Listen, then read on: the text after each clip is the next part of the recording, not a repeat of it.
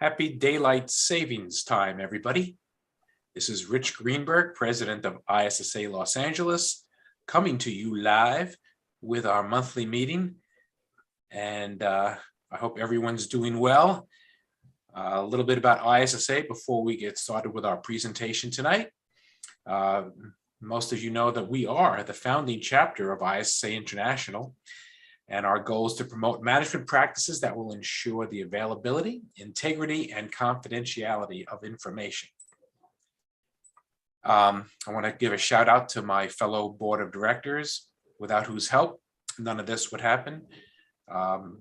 We have a great group of folks who give tirelessly. It's been tough during COVID, as you might imagine, but we've kept it going. We've had meetings every single month. We've had trainings, we have more planned, we have some live events coming up. So thanks to everyone listed there. Great being a part of you. We'd love you to join our community if you are not already a member. There's two types: one to become a member, a paying member, which will give you discounts to all of our events, trainings, as well as our annual summit. Or if you just want to be a part of our community, you can receive our emails by signing up here on our main website. On the top right, there's a place to sign up.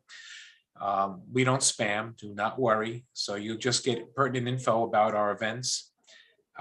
Please do consider joining us. And also be a member of our social media. We're in 6 different places. I would suggest you take a look. Sometimes there's some really good discussions going on. It's also another good way to keep up with what we do. And you can start some discussions as well, get some ideas, get some advice. If you're struggling with something at work, it comes in handy. So we're out and about on the internet. We've got several meetings coming up. And on April 20th, we will be in person. We're finalizing the location. We think it's going to be in Santa Monica. So that's really good for some of you and a bit of a drive for others, but there's really no good place in the SoCal area to hold one event since we're so spread out.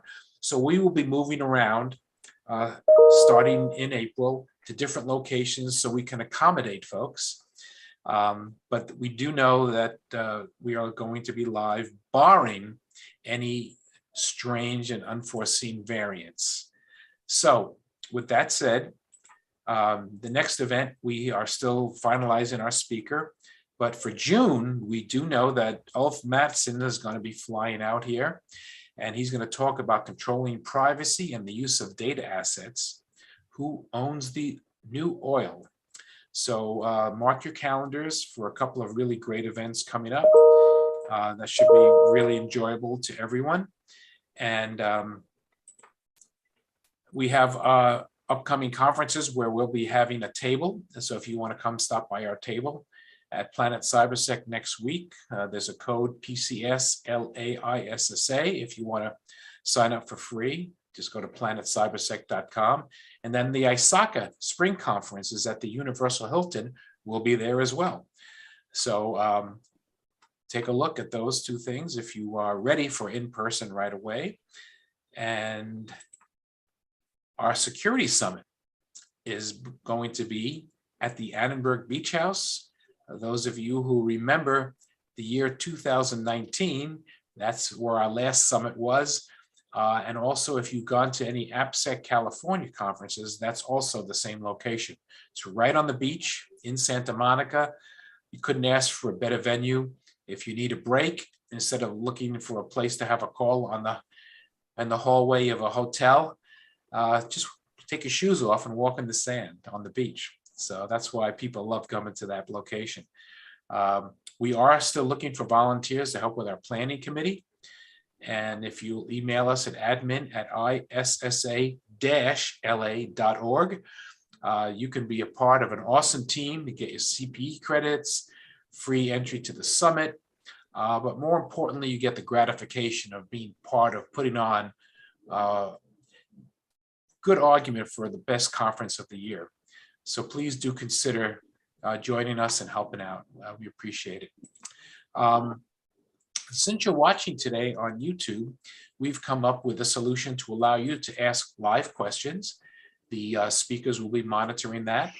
If you go to app.sli.do, there will be a place for they'll ask you for a code. You just put in ISSA-LA, and then you can type your questions. You can do it either anonymously or you can identify yourself. It's entirely up to you. And the speakers are promised to address your questions. I'm not sure if they'll do it in line or at the end, but we'll try to get to all of them if we have the time. And I think we have ample time today. So please do consider joining us. I have spoken in the past, and these questions are powerful and really helpful to us because it helps us know if we're hitting on target with what you want to know, and you can help direct the conversation. So please do be a part of this. Every speaker kind of likes a little interaction, trust me. So if you have something on your mind, express it and be a part of us and be a part of what's happening tonight. Plus it's recorded, so you can tell your friends, I asked that question. All right, now without further ado, I want to welcome Jeff Tutton and Bill Corbitt. Both are from Intersect Worldwide. Jeff has spoken for ISSA many years ago in the past when we had in person, and he was an awesome speaker and got great reviews. So we're happy to have him back. And Bill, we're really happy to have you joining us. So I just want to thank you both. And I'm going to turn over control and the screen to both of you esteemed gents. And I'm going to back out, and I'm going to turn it over. So thanks for coming. Perfect. Thank you, Rich. Thanks for the invitation, and hopefully you enjoy this presentation. Like Rich said, please put some questions in the portal there and in that link so that we can address those. We like to have an interactive for sure. So today we're going to talk about modern digital forensics. We're going to go over some things that are changing in the marketplace, things that you should be aware of. And of course, we always, you always try to put out the disclaimer, these are our own opinions. We make references to our government experience and other type of case studies and those type of things, but it's intended to help you all to understand and hopefully give you some good information. So a little bit about ourselves and our executive team. My name is Jeff Tutton. I'm president of the organization, the founder of Intersect Worldwide. I've been in the industry for over 20 years, been an ISSA member for just as long. I have a master's degree in cybersecurity 20 years ago, and been working in incident response, forensics, remediation, compliance for some of the biggest companies in the world, and have the pleasure that the other members of our team, Richard Hagues, a VP of compliance, a long time in the industry as well, out of Houston, and David Hughes, our VP of sales in San Francisco. But today we have Bill Corbitt, our VP of forensics and digital forensics and incident response. And I'll do a quick intro of him. He's been 35 years in cybersecurity, started out in government, DOD as Air Force OSI agent and federal agent in cybersecurity. He's got some of the biggest hackers and moles and done a lot of work in counterintelligence and counterespionage and done a lot of work with the industry as well. Worked in industry at corporate for companies like MasterCard, Nike, to name a few. So he's got a wealth of experience, and we're lucky to have him as part of our team, but also to have lead the biggest part of the discussion today. So here's what we're going to talk about today. how is the security market evolving, especially related to digital forensics? What is the difference between DFIR and forensics and e-discovery? How do we blend the two, which is, you know, forensics and incident response? What are we looking at from a tradecraft perspective, and the changes that we have to you know, adjust to as the market changes, as the bad actors change as well? And then we're going to go after some discussions on risk and insurance, as well as MDR and MSSP. How do the third parties, or how do these service providers kind of integrate into, you know, how are they part of this discussion? And we'll talk about some real case studies as well. So, and again, we encourage you to ask some questions. So I'm going to hand it over to Bill now to kind of kick us off and talk to us about some of these items here. So go ahead, Bill. Thanks, Jeff. Thanks for inviting us, Rich and Joshua.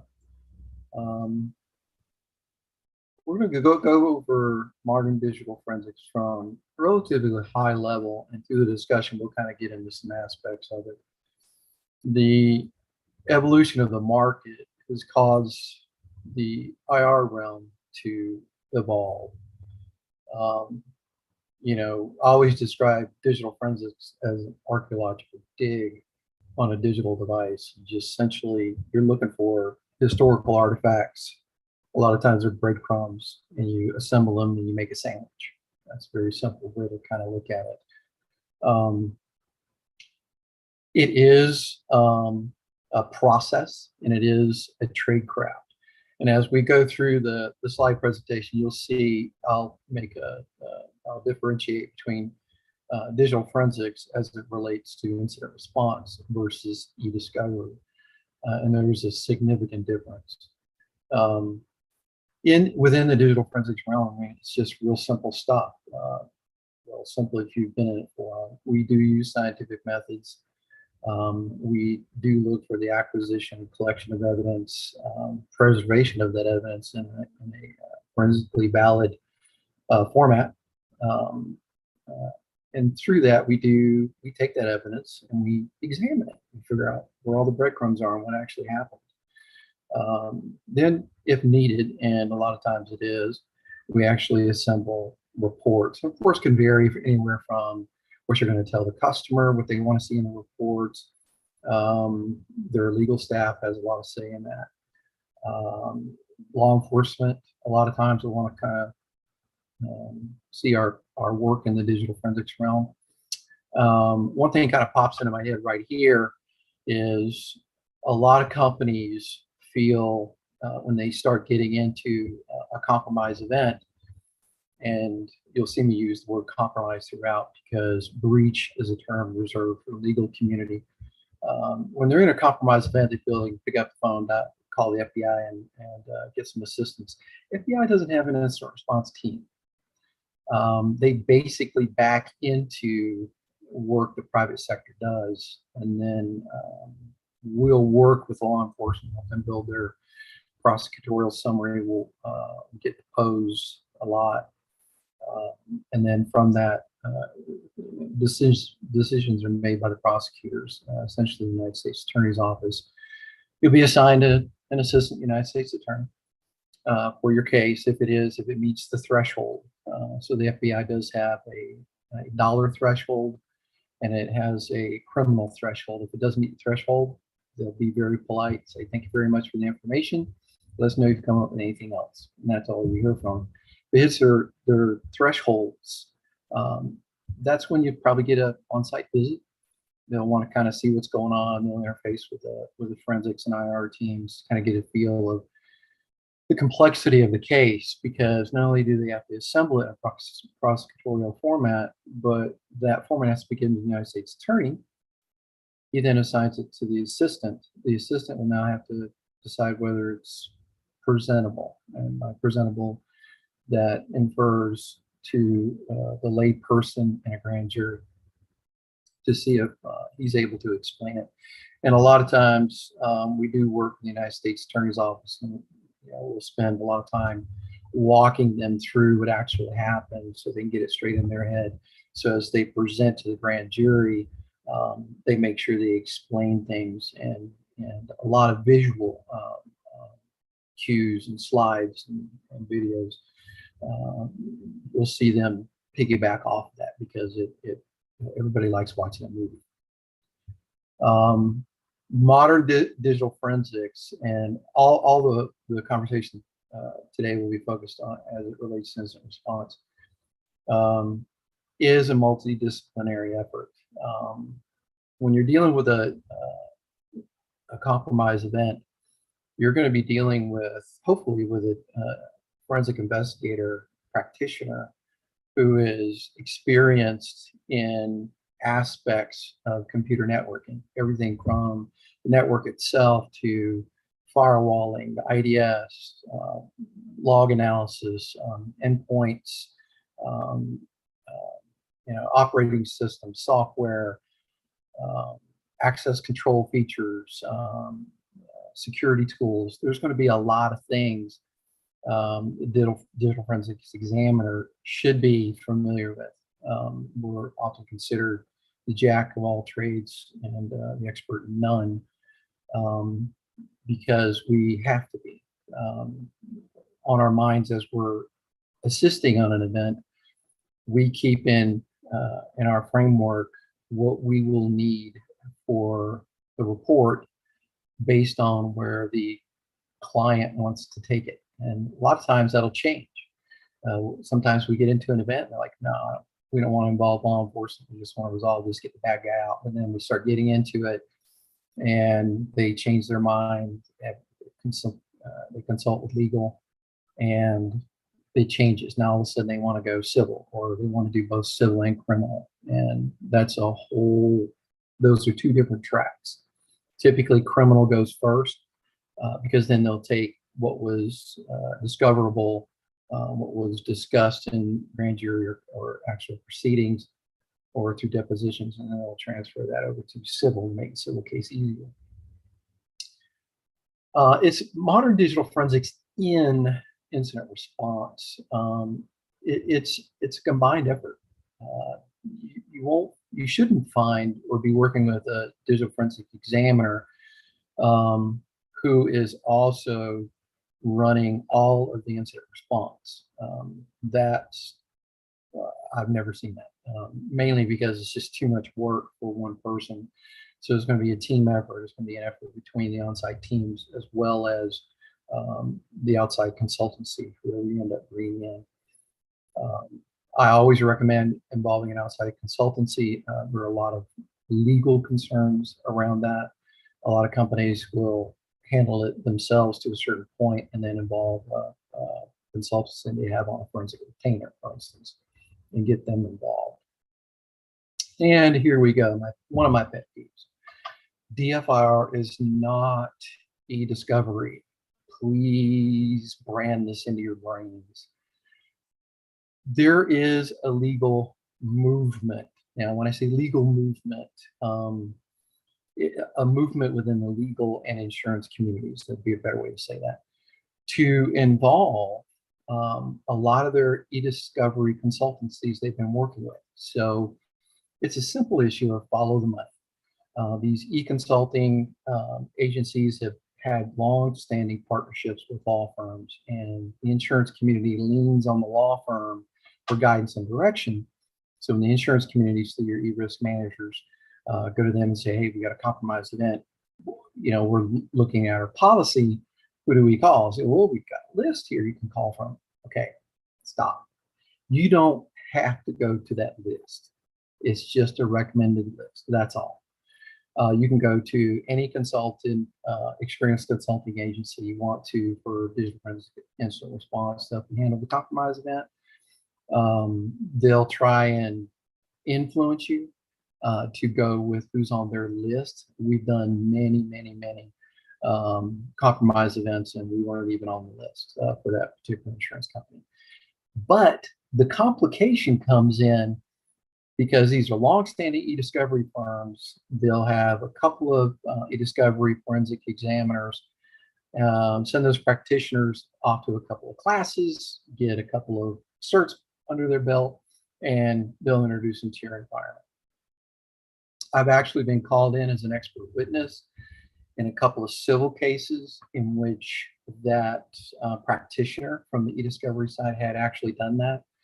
And while they were in helping during the compromise event, it was a live event, the bad guys came back while the practitioner was on the network, working on the network with the client, and re-breached that environment, and also installed a bunch of tools to help him come back again if they found it.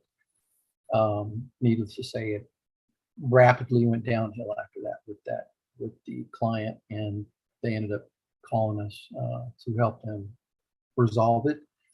That in turn rolled into a discussion with their external legal counsel, who was furious that the initial practitioner wasn't able to help them put in some blocking and tackling, if you will, to prevent an additional compromise event. By the time we got involved, paperwork was signed, we got on site, the threat actor actually came back a third time.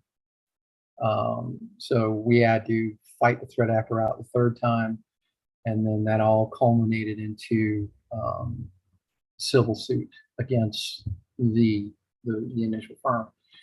When excuse me, when they started going through deposition, it was discovered that the initial firm was a long-standing e-discovery firm, and they had implemented a DFIR division within the last 3 to 5 years, which in this day and age is really not uncommon. There's a lot of very reputable firms that are spawning in the DFIR community that have a lot of very talented people in them. But in this instance, they took a couple of their e-discovery forensic examiners and sent those practitioners to school to learn digital forensics and incident response. Got them back, started the division. This is actually the third compromise they were on. Typically at Intersect, I know on my team, I would never put a brand new practitioner on a compromise event. And a brand new practitioner would be someone with less than 10 to 15 events at various levels in a variety of different environments to run that incident response. That's mainly because there's a lot of complications that could arise that just from sheer accident, they can end up putting the client in a bad position. So be very careful with that. You'll find in the forensic community, so if you look at the center yellow circle forensic community, it's a pretty tight-knit community. E-discovery community is a circle unto itself. The reason why they overlap is a lot of the basic practices used in e-discovery and incident response are pretty much the same. Sometimes the same tools are used, sometimes the same processes are used. The differentiator is experience in tradecraft. That's what sets incident response, or the digital forensics world in incident response, as its own unique skill set. All right, let's talk a little bit about cybercrime. What is cybercrime? A crime committed via or on a digital electronic device.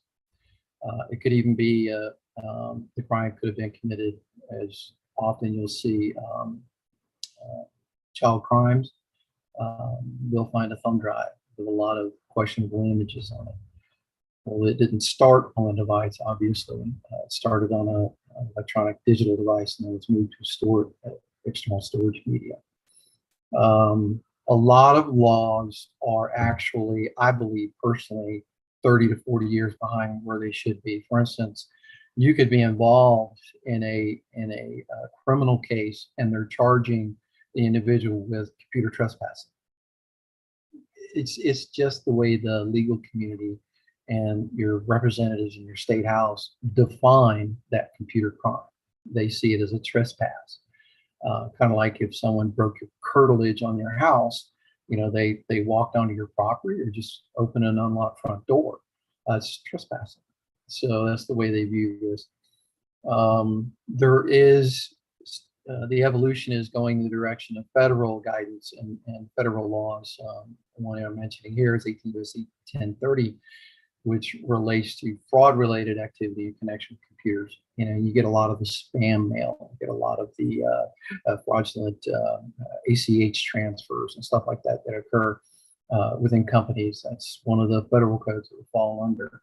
So the evolution of the laws won't necessarily match what you feel they should be charged with. And that's where the digital forensic practitioner plays a key role, is as they gather the evidence, as they start to build a prosecutorial summary with law enforcement agency, they have to be familiar with those rules of evidence. And they have to make sure that those rules of evidence are met for whatever crime the prosecutor wants to go with. And they typically go with the easiest one. So as we work the compromise event, we're actually gathering and collecting those aspects of evidence to meet all those elements needed for prosecution if it's going criminal, and then meet those evidence elements for civil. And the difference between the two, criminal is actually overwhelming evidence, and civil is just preponderance of evidence. So 51% typically is the thumb rule they give you for civil to win a civil case, and then over 95% to win a criminal case. So much more difficult to win criminal, and a lot easier to get civil remedies out of that, which goes into play with the FBI. So as former federal agent, FBI was graded on the FBI agent would be graded on the same standard, and their standard revolves on what we call RIC, recoveries, indictments, convictions. So the financial recoveries they get, you know, if it's a lot and they have no convictions, they'll probably have a couple of indictments and they'll get a good evaluation at the end of the year. But as they go towards their evaluation time, they'll get to a point where they will actually be looking for a conviction. And there's a lot of motivation behind that. Either it's from the prosecutorial side or from the agent himself. So when we work with them, always keep in mind what their motivation is and why they want to go certain routes, and make sure we're able to get the evidence they need to head that route. Personally, I'd rather work with an agent that's motivated and knows what direction he wants to go. And as we're going that direction, I can guide him and tell him, we can't really go criminal, and here's why, but we can definitely go civil. So let's talk about the civil track here. And they're pretty open to that. As you get into a compromise event, eventually you're going to have to ask, your company is going to have to ask a very difficult question of themselves: is what do they want to do? Do they just want to resolve the event, get the bad guys off, remediate, and move on? Or do they want to actually go through the process of civil or criminal suit? Civil suits, even though they're an easier route to go down as far as the rules of evidence go, it is still a lot of work. So a lot of work translates into money. So there's budgetary concerns there. Jeff and I just were involved with a very large civil suit, very complex, and we'll get into a war story if we tell them that word. And it took, 3 years, 4 years for it to finally get resolved? 4.5? Originally lives. Yeah, So, about 4.5 years. And it was multiple lawsuits. So involved insurance, involved third parties. So it was very time consuming. Yeah, and we kind of joke, and I know we'll get to insurance, but we kind of joke is having a cyber insurance policy. And I talked to this is actually comes from a quote from an attorney, and it said that because you have a cyber insurance policy, only gives you the right to sue that company when they don't pay, which is very true. Yeah. Go ahead. Yeah, that's very important to realize is even though you feel you're going to have one direction, specifically civilly, this happens a lot, is it's a cascade. So there's the primary case, and then from that, you'll see other cases spawn out from that.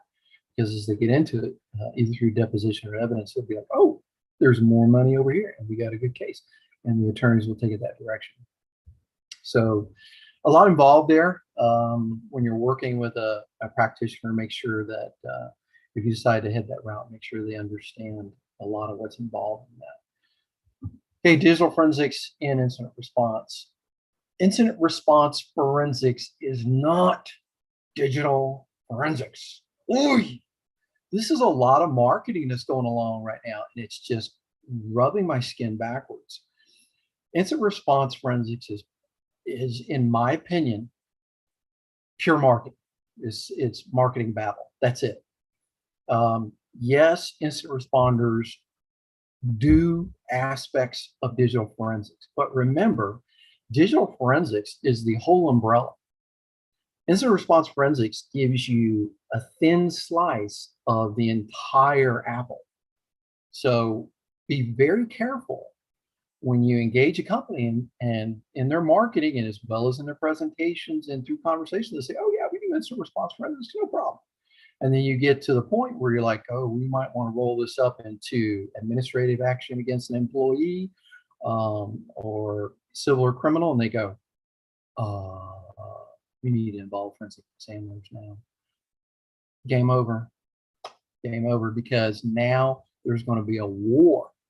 And when I say a war, these attorneys now are smart, buddy. There's going to be a war over the value and what they call evidence spoilage.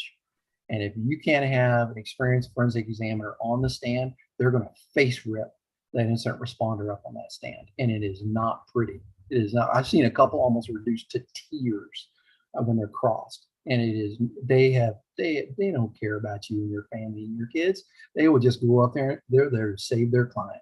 That's their sole purpose. They don't hold any bones about it. They'll come at you hard. So be very careful with marketing out there.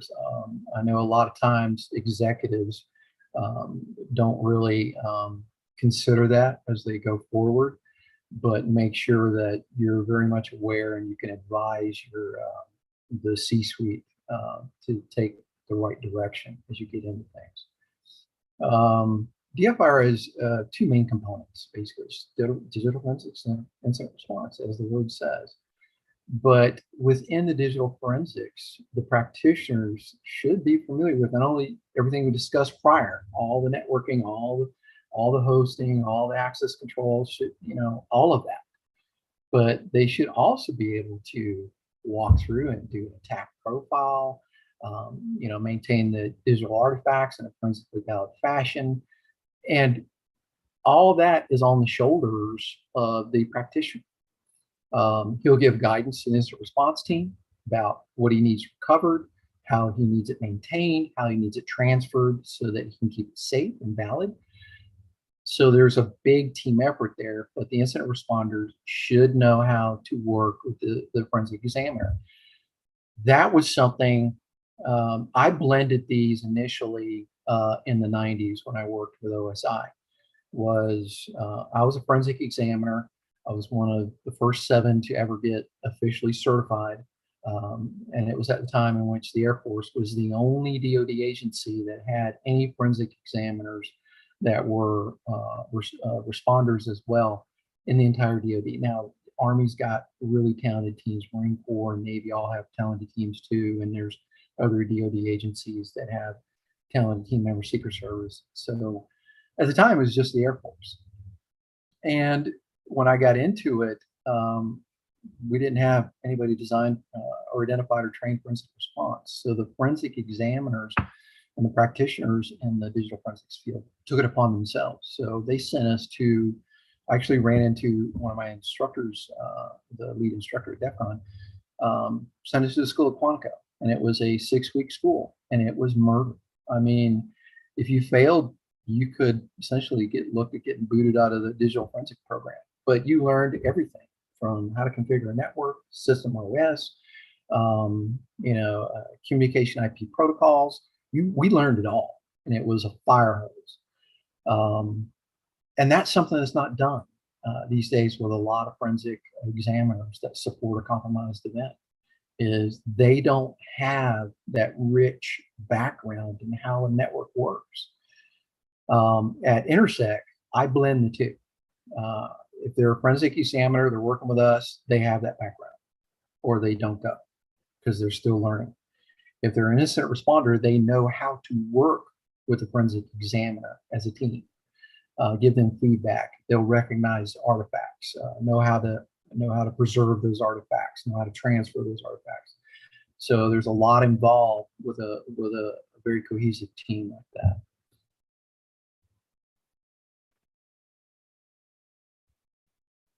DFIR is relatively a security function. That's it. I mean, as you do a compromise event, on anyone who's ever done one, it's all about blocking and tackling from the very start. A lot of times when we get a call and we respond, if we get an early call, the client's team has already been running 24 or 48 hours straight. Longest I've worked on a project without sleep is close to 72. And now you're into mistakes being made, stuff being overlooked. The bad guys used to come at you one at a time in the 80s and 90s. Now they're a team. They know your sleep schedule. They know when you go on vacation. They pulled your company's public financial documents. They've looked on LinkedIn. They've looked on Facebook. They know who's on the security team. They know what your skill sets and expertise is. They've already done their background, because if they're going to come at you and they're going to come at you that hard, it's going to be continuous, 24 hours. And when they're in and you find them, they've typically, on average, from what I've seen, been there anywhere between 3 to 6 months to 2.5 years before you actually realize you're in trouble. So it isn't an instance of, oh, we just caught them breaking in. You're lucky. And I've never heard of that, because by the time you catch them breaking in, they've already been there. And they've established backdoors. They've laid in tools, what we call a beachhead. They'll access one of your databases. They'll park a bunch of their tools on it. Sometimes encrypt them. Sometimes they won't. Back out. Come back. You block them out. They'll activate one of their tools. Come back again. So there's a lot of activity around that when it does happen. DFIR actually should be part of every single company's enterprise security plan, period. That's it. It should be incorporated. It should be taught. It should be instructed. You should tabletop it. It should be an instance of your executives know what to do when the fire alarm rings. The PR team knows what to do. The crisis management team gets activated in some instances. I've done them in very large companies, Fortune 1 companies, and I was amazed the crisis management team didn't know what to do. They're getting calls, press vehicles are rolling up on the front lawn and setting up live camera feeds and ambushing executives as they leave for work in the morning. It is a total conflagration. So when you're in a bad event, to have these teams know what they need to do, know what they need to say, internal communications, that's very critical, because employees are going to talk. Even though you tell them not to, they're going to talk. External communication is key. All this has to be one message, one team, very cohesive unit. I'd say 99% of the time it isn't. There's going to be missteps. There's going to be mistakes. Somebody's going to talk. Somebody's going to get mad, send a random anonymous email. The press is going to get involved. It's always going to happen. There should be a plan in place how to handle that. That's what crisis management teams do in large companies. Tradecraft with a digital forensics practitioner, and we've already discussed this a lot. That's a key element. Within Intersec, the digital forensic examiner runs the compromise event. The IR team is assigned to the digital forensic examiner. But when you watch our teams work, it isn't an instance of, I'm the king, I'm leading the army in the battle, I'm in the front of the line. It's like one straight line going on the battlefield, because everybody is allowed equal input into the team. If there's a decision that needs to be made and the team's in conflict, then the incident commander would make that decision based on the best evidence he had at that time. That's key, because nothing in the computer world is static. Nothing. It changes. IoT comes online. Cloud-based computing. Everything's going wireless. There was CDMA, and your cell phone has more computing power than the space shuttle does or did. So everything around you, including your car. I had a discussion with a friend of mine today that I wish I had my old '68 Camaro back, because I had to send my car in for service and come to find out it's just a computer. Everything is run on a computer. Your steering wheel used to be a steering column. No, it's electronic position indicators. The throttle is no longer connected by a cable. It's connected by a transistor that says, hey, he wants to go fast. He wants to slow down. So you're actually removed from feeling the vehicle. So everything around us is a computer. I gave one talk a couple of years ago in front of an industry group, and I asked them, do they feel that they're a technology company? And if they didn't, could they raise their hand? I'd like to talk to them. And I'd say about half the audience raised their hands. And I said, okay, everybody raise your hand before I talk to you. There's a trash can over there. I need you to go throw away your cell phone and your laptop. And then I need you to call your company on my phone, because you just threw yours away.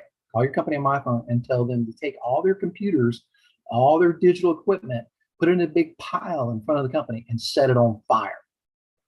Now you're not a technology company. And every one of them sat back down. Because every company in the world, I don't care what their marketing says, is a technology company, period. There's no other argument to go forward. And from that, they should have an enterprise incident response plan in place. So you're going to run into this. It's old school versus current school, I'd say. Okay. So Bill, we talked about go ahead. There's a couple questions that come in. We'll just kind of field those as we can to give more people time to put in questions as well.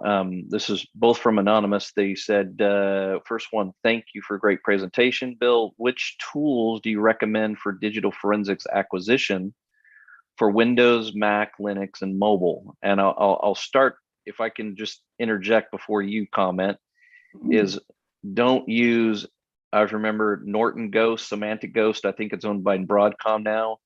One of the e-discovery firms that we followed on a case, they used Ghost, and explain why that is not a forensics tool and what that potentially did to that case. Go ahead, Bill. Destroyed the case. Destroyed the case. We destroyed the case during deposition. A digital forensics tool that makes a valid forensic image of whatever you're imaging, mobile device, external device, or computing device, has to make a bit by bit digital representation of that device, whether it's a representation of the hard drive or memory. In most instances nowadays, it's both. So if you're not using a valid forensic tool that allows you to harvest the image in a validly forensic fashion, then don't use it. Just stay away from them. It's worse than leprosy. So there's been quite a bit of consolidation of those tools. I think they might want some names of tools or some commonly used tools that are out there. Yeah, I would say, and everybody I know uses this one to conduct an image of both memory and disk, is FTK Imager. Encase has a really good one out, but it's slow. Typically, an IR team runs at 1,000 miles an hour. We run at Mach speed from the time we get the initial call to the time we close everything down and go home. So speed is of essence to us. I'm in discussions with two firms now that have the analytics tools. I'm like, dude, stop parallel processing and start using GPUs, because we can stuff 3 or 4 GPUs in there and it'll take a third the time for us to analyze it versus, a day or two. So there's changes that need to take place. I think there's vast changes that need to take place in the forensic analysis community, but in the imaging community, FTK Imager is probably the go-to tool for imaging. Okay. The mobile devices, there was a buyout that occurred last year. Now that I think about it, Celebrite, wasn't it Celebrite that got bought out? Yeah. Celebrite got bought out. Yeah, so you're going to see that as the community grows. It's all about money. So they're gonna acquire companies or combine companies. They're going to mesh all this technology together, and it gets kind of hairy, scary to keep up with it. But Celebrite was acquired. They're a great mobile imaging platform and analysis. They acquired some companies. So they acquired some. Yeah, exactly. Encase was actually acquired by eDiscovery company. I shouldn't say Encase. I'm dating myself.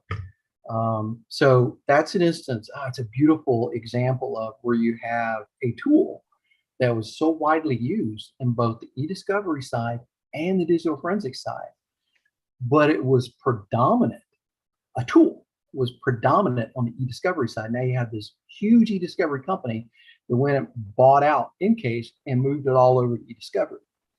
And that's a lot of the frustration we run into in the IR community is the tool sets are designed to address both worlds, not one or the other, but both worlds.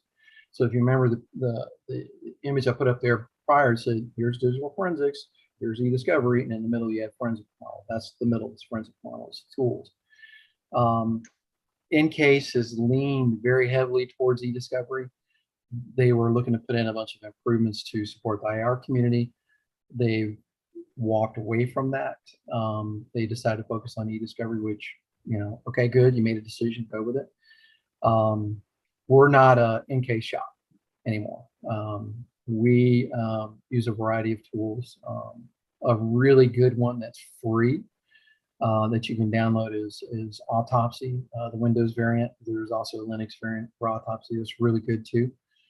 95% of the tools in the market forensic tools in the market are designed to work on Windows operating systems, and there's one key reason for it, or actually two. Windows is a predominant operating system and reporting. So Microsoft Word, we need it for reporting. Excel, we need it for reporting. So we can take a forensic analysis platform, install it on Windows, analyze Linux, analyze Mac, analyze Windows images and memory, and then move that over to a Windows formatted report and save ourselves a lot of work. So that's the reason why I say 95% of the forensic analysis tools are Windows based. FTK Imager will also, I believe it also has a Linux variant in there too. Typically we DD the image to get a Linux image. What was the other part? I think I'm missing one of them. What do you use for imaging? So Blacklight was used for a lot of Mac devices and iPhone devices. That's now owned by Celebrite, and there's Magnet Forensics, there's Autopsy, there's a number of them. But let's get to another question real quick here. What educational and certification path do you recommend for forensics examiners? So this is where Jeff This is where Jeff has. This is a good question for Bill. Yeah, this is where Jeff gets indigestion. So I let all my certifications drop about 20 years ago. The reason I did that was because no one hired me off my certification. They hired me because they knew me in the market space. They knew my performance, and they knew I was really good at my tradecraft. They never looked at my certifications, and I got tired of paying the fees to maintain them and attend the training, and it was just exhausting. So I'll let them all drop. Let's go back to the question though. If you're entering the market, I would say focus on the SANS courses.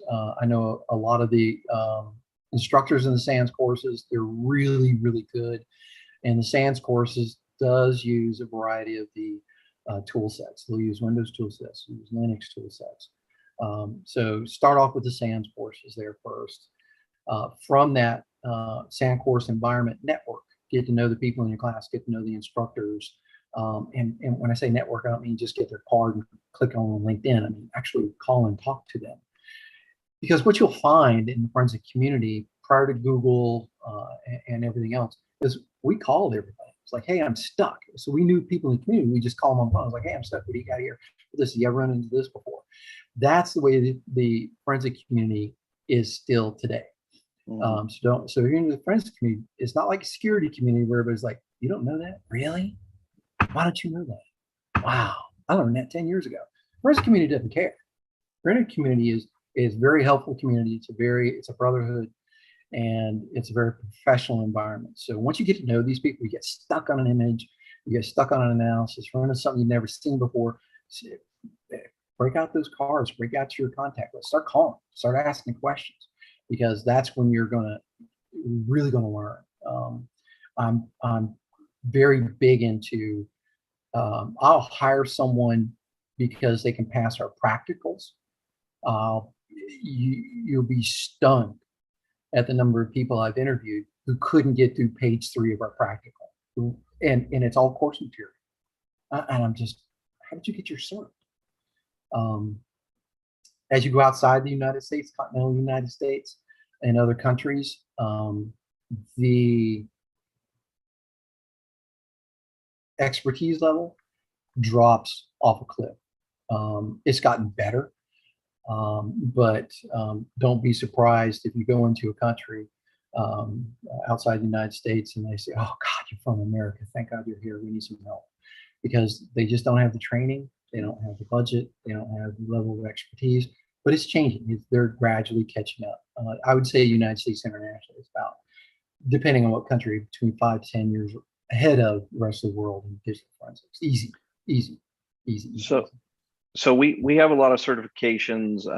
For example, I have CCFE. That's a good certification for forensics examiners.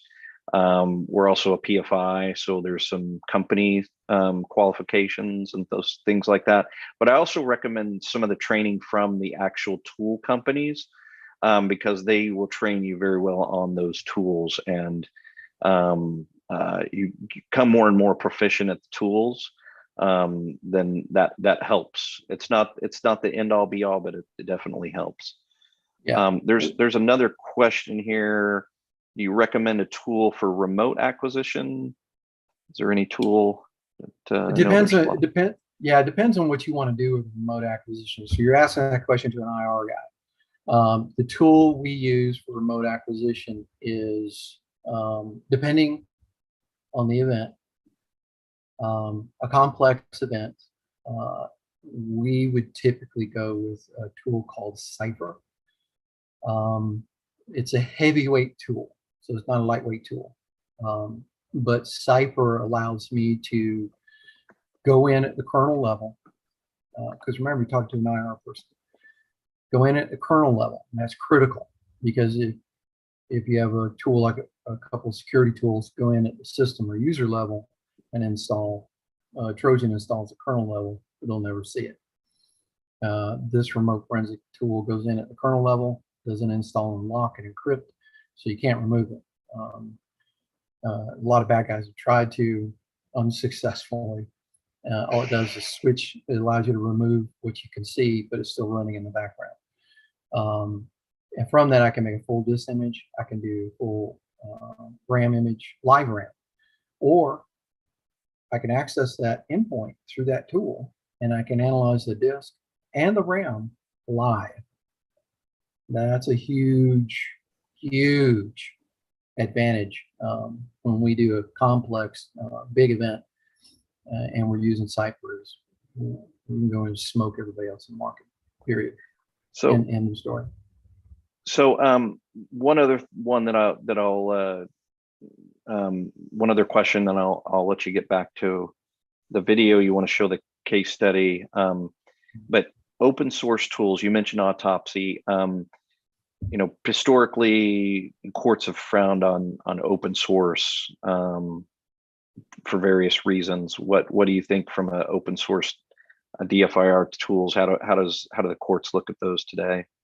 Poppycock. That's an What do you old mean? wives' tale. It's an old wives' tale. I've never run across a court case, and I've used autopsy in court. I've never run across a court case or even heard of a definitive case. In other words, I've heard the discussion around the bar after a couple of scotches.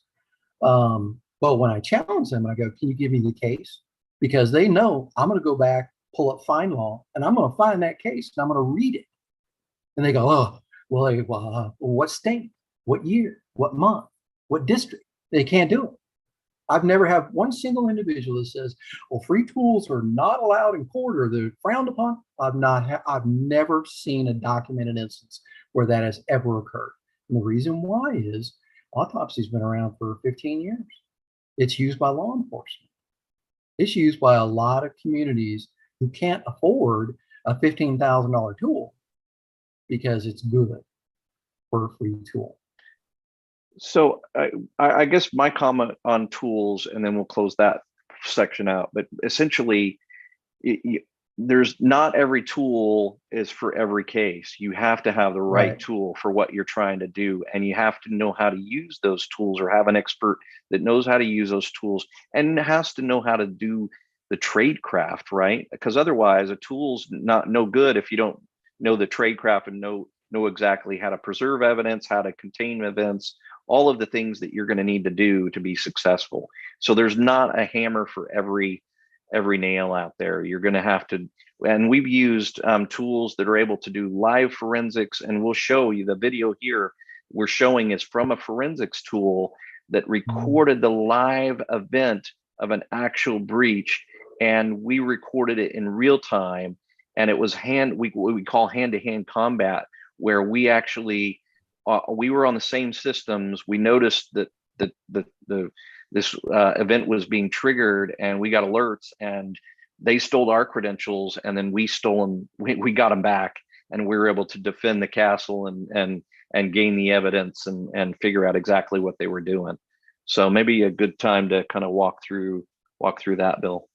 Right. And like Jeff was saying, this is a good example of a digital forensic practitioner has a lot of tools in his tool bag he can use. He should be knowledgeable of what he needs based on the event. This is to give you a little background. This was an event, and it ended up, we thought it was just going to be a month, maybe two. It ended up being almost a year, 9 months, 10 months, or something like that. Continually every day on site with the customer. And we got to a point where the customer had asked us to start building a prosecutorial case. And in that, we realized we had a lot of great digital forensic evidence, but we had nothing that would visually represent the event. So we sat down, we figured out what we needed, we implemented it. And what you're seeing is you're actually seeing live video capture, and that's why it's a little grainy. And we distort a lot of things too, of the actual event occurring. So we had some alerts trigger. We knew that where the bad guy was. We knew his attack profile, and we activated the video. And the red circles you're seeing right here, oh, I'm sorry, I didn't stop in time. Red circles you're seeing is actually where he's clicking his mouse. What he's doing is he accessed an environment. Now he's picking and choosing in that environment where he wants to go. You see the red circle there?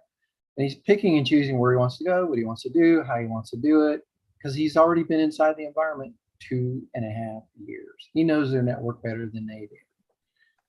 So he's working his way around through the environment. It gets pretty boring as it goes on. He's stolen credentials. You can see him up here. He's actually cutting and pasting in people's passwords. That's a enterprise admin there. He compromised their credentials. So, you know, as you start to go into things like that, it's a good segue into cyber liability. As you start to go into things like it, you start to build those prosecutorial assumptions, you start to gather the evidence. This has to be in a format in which the lay person can understand. And when they see this take place and you're walking up to the screen and pointing to actually what's going on, that's when they start to actualize, oh, he stole that guy's credentials. And the guy's a valid user, valid enterprise admin on the actual network, a real W-2 employee. He didn't know his credentials were being stolen. Another event we have recorded, which wasn't there, was what Jeff was talking about. We call it collision event. We saw the bad guys come in. We jumped on one of the systems, and he actually took our credentials, which were brand new, and then put them in and assumed us on that system while we were on the system. So you now have two of the same user IDs with the same password on the same system. And so we backed out, we reclaimed our credentials and got back onto the system and watched him work.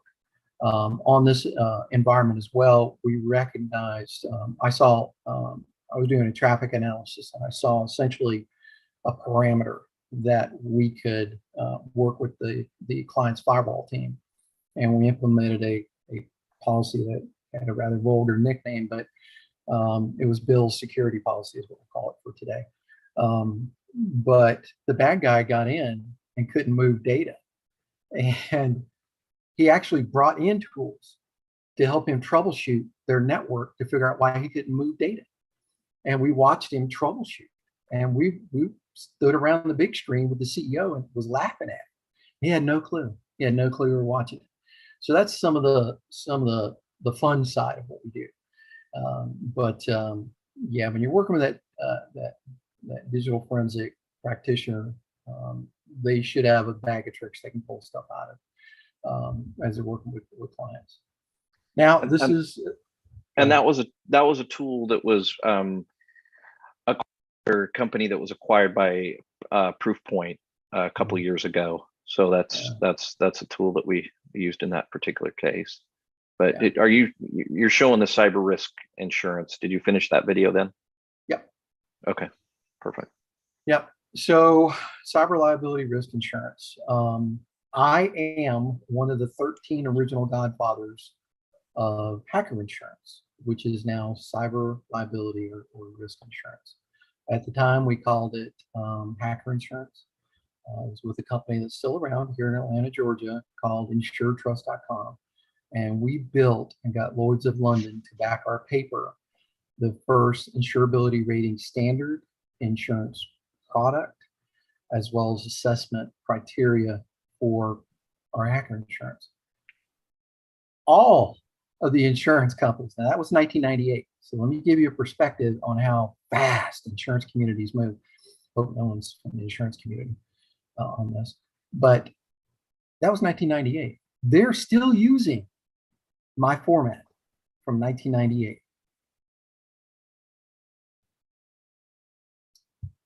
Cyber liability, all it is about money, okay? This is a financial diversity product. That's all it is. It will not cover 100% of your compromised event expenses. It's not designed to, okay? So if your risk manager seems to feel it should cover 100% of your compromised event activity, get another risk manager because he didn't read the product, okay? It's only designed to diversify your financial risk for a compromised event, okay? So it's not designed to pay for the whole thing, and they won't. If you're lucky, you'll get a 60-40 split. The best I've seen is a 70-30 split. So read it, understand it. I hope your financial managers understand it, your risk managers understand it, because when a compromised event happens, your executive team is going to say, we got cyber liability insurance. And they think, we got this covered. No, you don't. At best, 60-40. If you're lucky, 70-30. Okay. So it covers an aspect of your financial risk. When you're working with an experienced DFIR team, and I often ask my clients for this, is one, do you have cyber liability insurance? Yeah.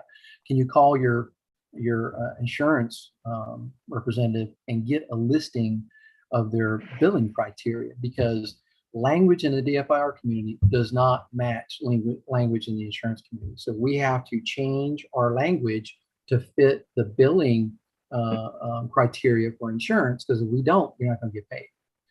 And That's now always there's, fun. yeah, oh my goodness. And, you know, now you're seeing experienced IT practitioners act as a consultant in the insurance community and talking with DFIR teams to say, here's what you can bill for. I got your billing statements in from the client. I can't match them up. Can you work with me and help me do that? And I took a call 2 weeks ago from one of those individuals, smart guy. And we worked through the whole bill code in like 15, 20 minutes, and it was done. And our customer got 70-30 split out of that. So make sure that you understand what you can bill for and what you can't bill for, and then share that with the DFIR team, because we need to help you get paid for that. And from that, we need to make sure our language and our invoicing helps you match what you can get compensated for. It saves a lot of headaches in the long run. So make sure you understand your policy. Remember the term improvement. If it's improvement to the environment in any way, shape, or form, and your insurance company considers it an improvement, it's typically not going to be covered. So Yeah. an improvement could be, hey, I didn't have a logging solution, or I didn't have a, IDS, or I didn't have, I had the last generation of endpoint protection, not the next generation. So all those Right. kind of things, improvements, they're not going to cover that stuff. It's just not going to happen. So the other comment I'd like to add here with this is, do not limit your DFIR team's activity to only what the insurance covers. I've run across that a couple of times. And then I end up in an argument with the C-suite, and I'm having to explain to them why that is so horribly bad. So make sure you understand your policy, make sure that's communicated to the C-suite, make sure that your DFIR team is allowed to do their work and not restrict them to the very tight confines of the insurance product. So that's a very bad process to go down if your C-suite decides to limit the DFIR team. Okay, MDR versus MSSP. Yeah, and I think before you go there, I think we had, so one of the questions I think we answered was remote acquisition. There's a lot of tools that are used for remote acquisition. Some of those we've discussed.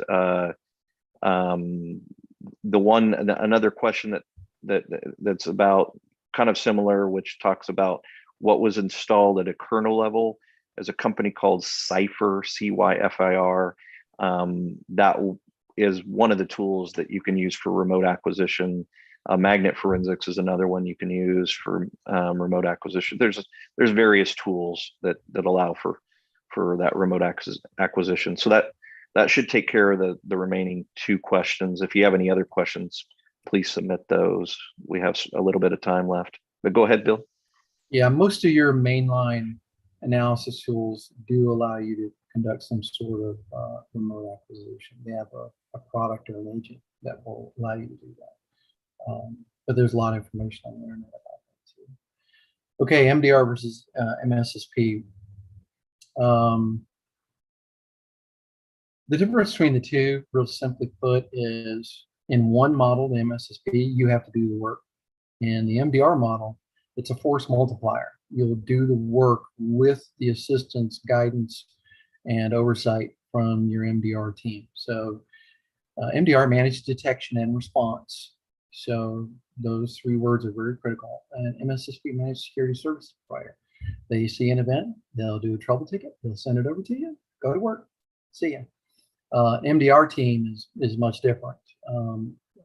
We're an MDR company, and when we get involved, you're talking straight at level 3, not level 1, and level 4 is a full incident. And we've had a couple of times where we've over last year, we actually started at level 3, and then the client shot it right up to level 4. We already knew that. We were already implementing countermeasures. We were already fighting the bad guy. In another instance, I remember it happened on a Saturday morning at 2 a.m. Our team was on it and started fighting the good fight. We were trying to email and call the client.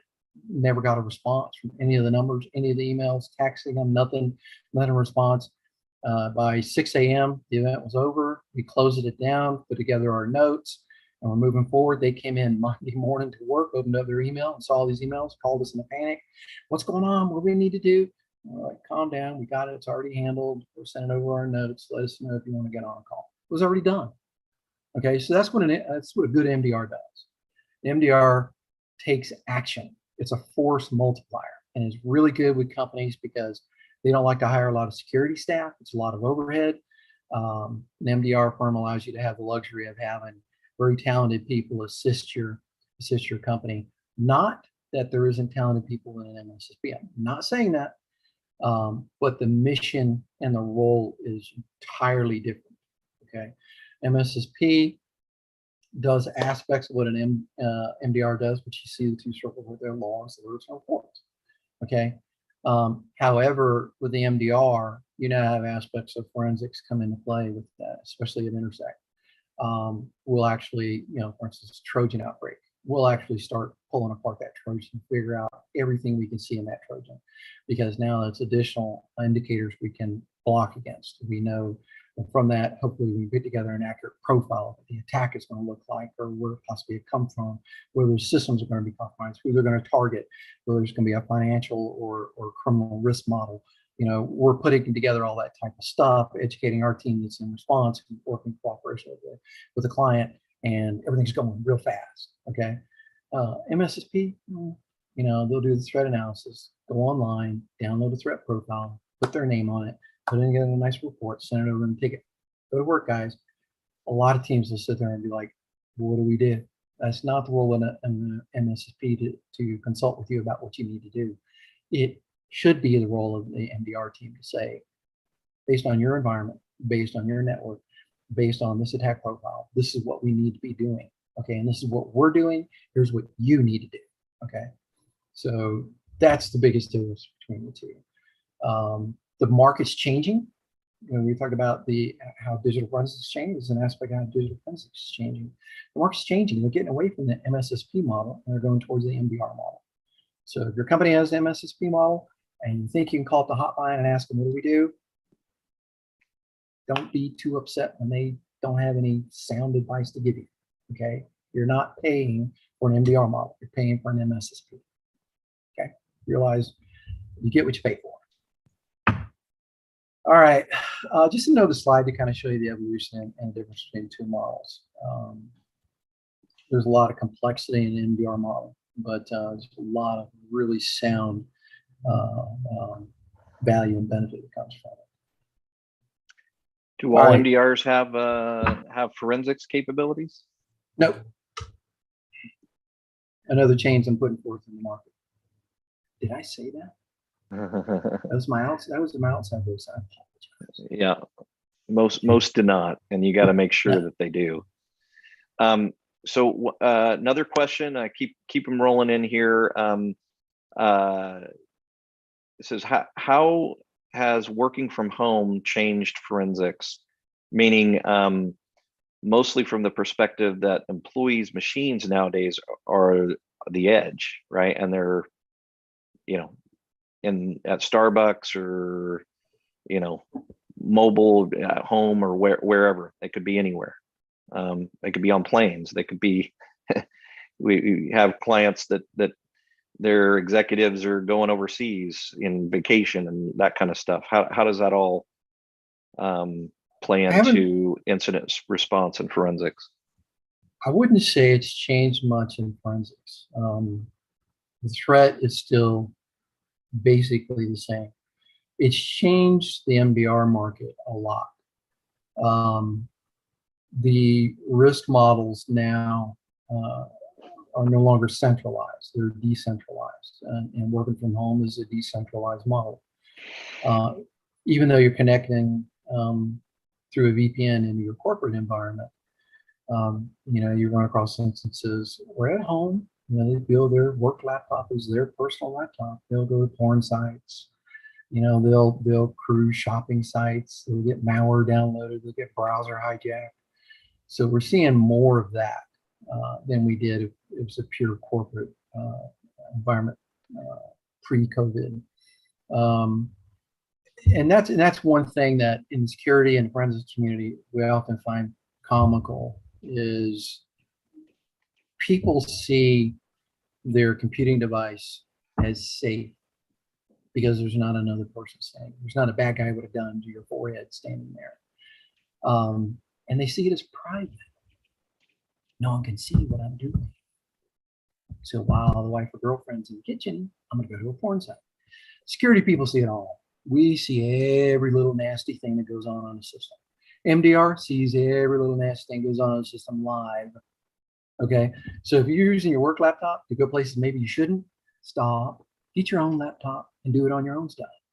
Okay, you go to a pawn shop and buy one to do that. You don't have to have a brand new one. So realize everything you're doing on your computer, even watching this, if it's your corporate computer, they see it. They know all your little chats. They know all your little websites you're going to. They know when you're shopping, when you should be working. They know that. Okay. But because of the decentralized model now, what we're hearing from the client side is, I kind of want to know if you can help us put together metrics based on what you're seeing in your logs and other platforms that you're getting feedback from our endpoints on. How much time are they actually working? Didn't think of that one, did you? Yep. They're going through now and they're figuring out, are you actually working or are you going and playing games or going shopping? So be very careful with your work laptop. So doesn't that increase the need to have good endpoint protection solutions and monitored DNS and block and make changes to DNS? Oh yeah, absolutely. The complication with that is a lot of companies have split DNS, and they also have a lot of the DNS activity doesn't go over the VPN out through the corporate environment to the internet. A lot of times it'll go straight through the person's home Wi-Fi to the internet. If you do have a home Wi-Fi, go to opendns.com. You can protect one IP address, which I have 5, but I've known OpenDNS, which is now a Cisco umbrella, but I've known OpenDNS since the 90s, so I can protect 5 because they know me. But you can protect one IP address, which is all you really need for a home, for free. And you can set up your own OpenDNS environment and block those malware and spam sites and block porn and set up timers for the kids and do all kinds of good stuff for that. I would highly recommend you implement that at your home. It's free. You can do one IP address. I think they'll make you pay for more, but it'll save you a lot of headaches. So that's one thing you can do from home. Few more questions here, and if you could go to the next slide and provide them our contact information as well. We know today's not February 17th, 2022. I think this is when we put the presentation together, so wrong date on there. But it looks like what OS is best recommended to start practicing DFIR skills on? Windows. Which one? Windows. Windows. Okay. Yeah, Windows. That's for the same reason. There's forensic tools are on predominantly designed to work on Windows. Is pervasive. It's the predominant system out there. It's the one most often picked upon, and it has just a lot of great hacking tools installed out of the box, like PowerShell is a hacking tool. And Windows was kind enough to make sure the hacking community had their own tool installed on Windows for you. They made it really easy for the hackers. So Windows. Here's a great question. I can answer this one, and we've actually had experience with this particular one. It says, how do you avoid violating privacy laws? So I'll tell you circumstances where we've actually, so GDPR, we had to do forensics investigation in Europe, but and the US simultaneously, but we were not able to locate the team, and we didn't need the team over in Europe. So we actually put forensics tools which retained the data there physically in Europe. So I had to actually fly a forensic server over to their data center in London in one day and come back so that and manage the team. But that one was interesting one where we just put the, an example of how important that is. And so we actually put the equipment there at their facility in London at the data center, and all the data was contained there, and we were able to remotely do the investigation. So that was. Do you want to comment anything else on avoiding violating privacy laws? Yeah, there's international privacy laws get pretty sticky. Germany's really, I got to commend them, actually like their privacy laws. Germany's probably the most aggressive. When I was at Nike, we had an event similar to what Jeff was describing, but being Nike is a big company, we had the privilege of calling up the pilot short notice, loading everything up on a private jet, and taking a Zoom direct flight from Portland, Oregon, straight over to London, England. And then from there, we could go to Germany. So we had to stop for fuel. But a lot of times you don't have that luxury. So you've got to be creative.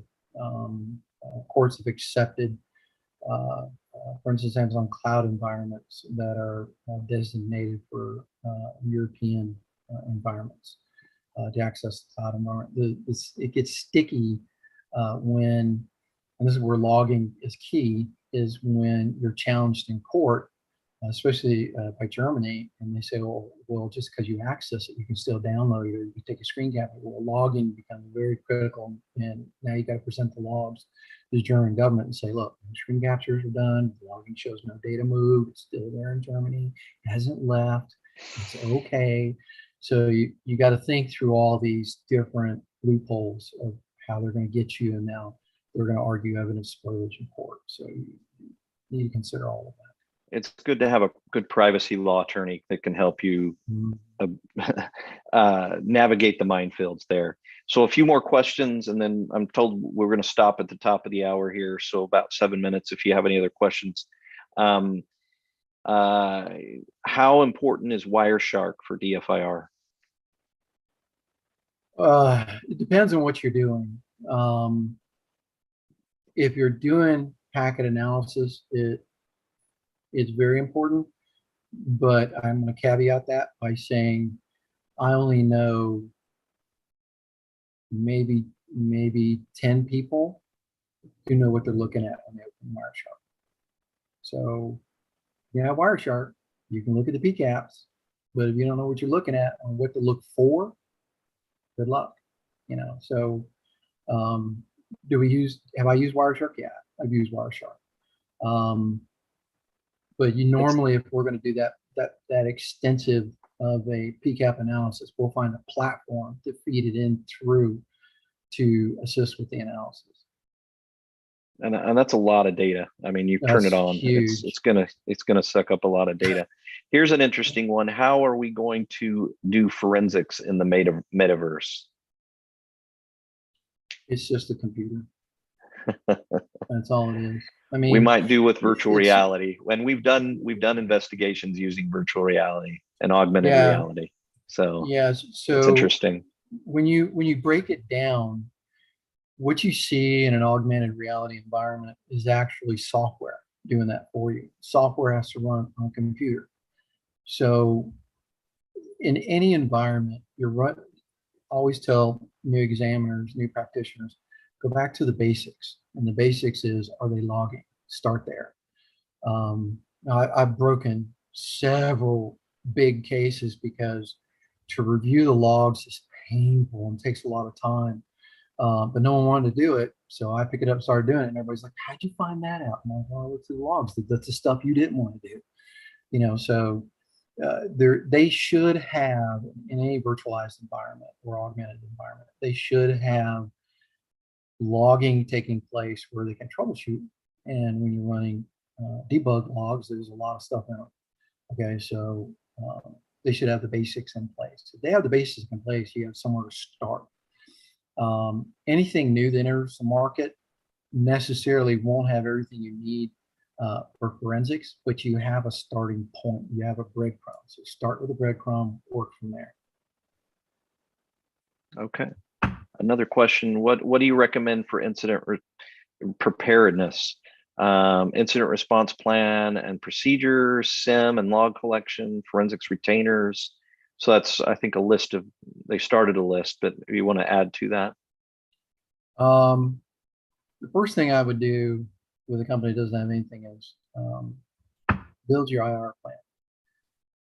From that, build your run books. And then from that, you need to build an enterprise-wide educational program that includes your executives. Don't leave out your executives, and involve them. And part of that educational program should be incident response tabletops, to be honest with you. That's go to an outside firm that's familiar with tabletop exercises and do tabletop exercises. I mean, here's how good tabletops are. In the Air Force, when I flew jets, we had what we would call chair flying. That's a tabletop. Okay, chair flying is in your mind, you're going through what you're doing in the jet. You're going through where your switches are located, where your screens are located, where control services are located, where your control access devices are located. You're mimicking your pattern activity, you're mimicking, your form activity. You're going through in your mind in real, as close as you can imagine it in real time, what you're going to be doing when you're actually sitting in the jet.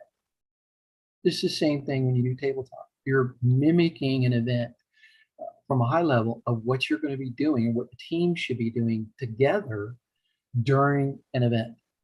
And when the event happens, they pretty much know who to call. That's a win. They know who to involve. It's 2 wins. They know what their job should be. 3 wins. It's just win after win after win.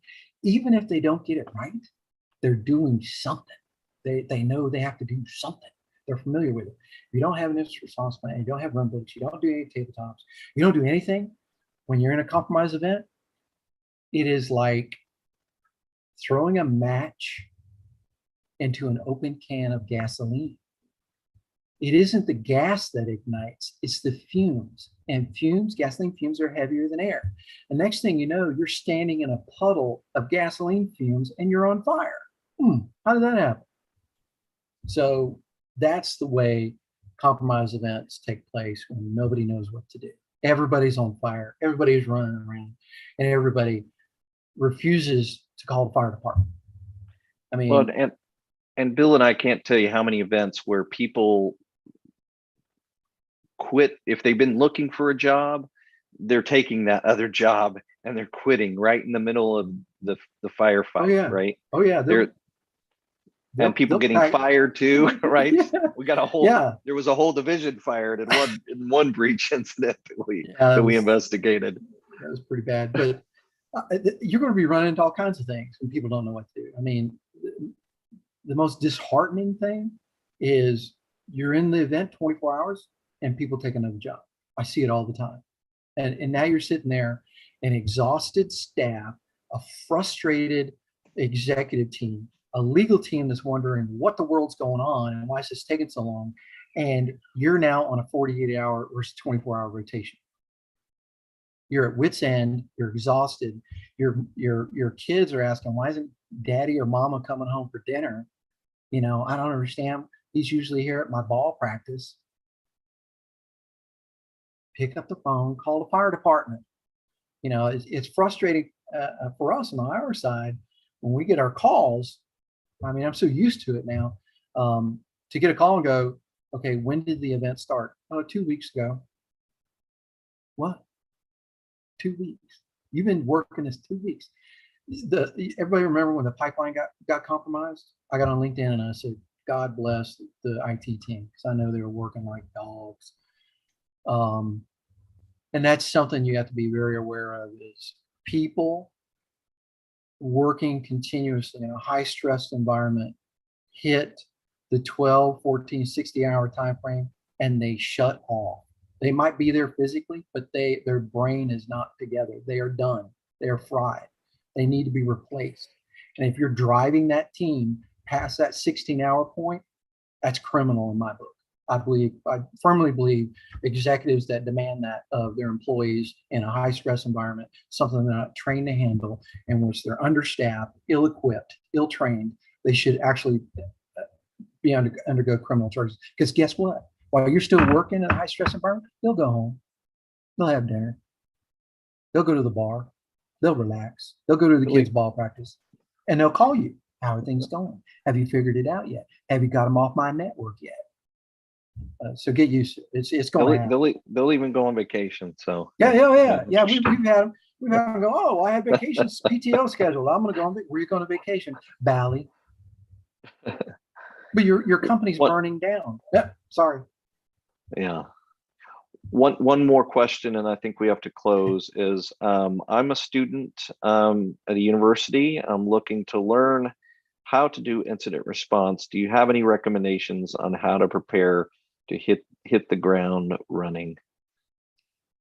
Get a laptop from a pawn shop. Remove all the security features in the laptop and start cruising the internet.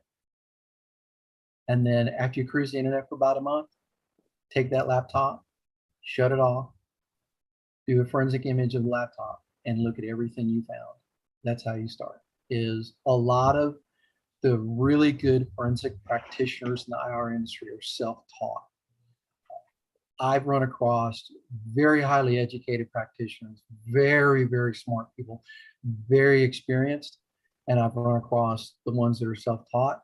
I always go to the self-taught ones. Why? Because they've learned the hard lessons. They've learned what to do, what not to do. They know what to recognize.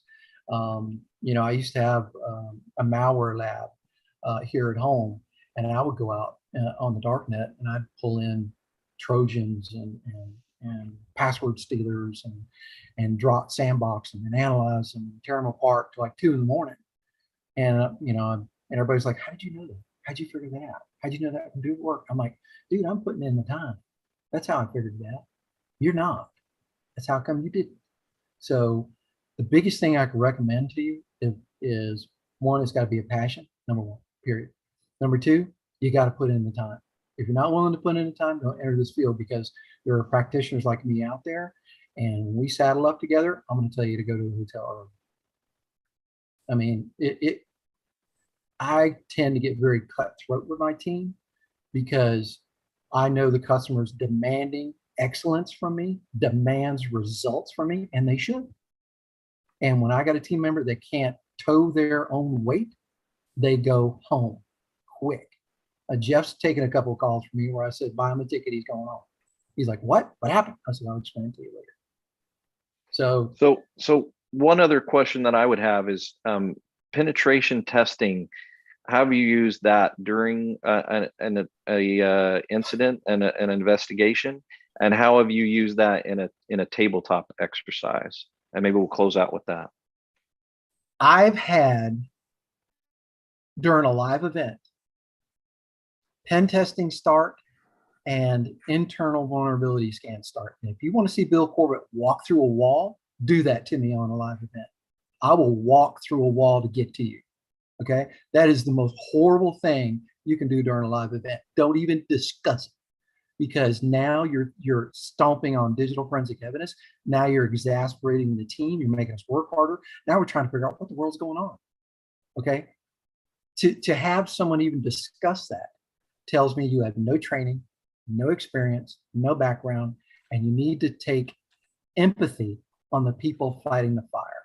Realize they're working, and they're working as hard and fast as they can.